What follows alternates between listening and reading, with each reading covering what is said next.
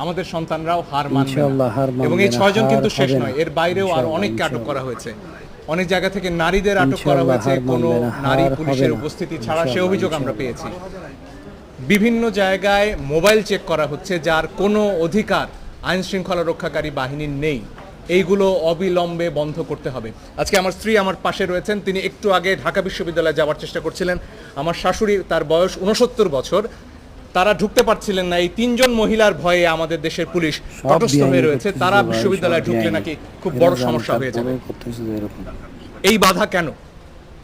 আমার স্ত্রী, আমার সন্তান, তারা কেন শান্তিতে নির্বিঘ্নে আমার রাস্তায় চলাচল করতে পারবে না? এটাই আমাদের প্রশ্ন।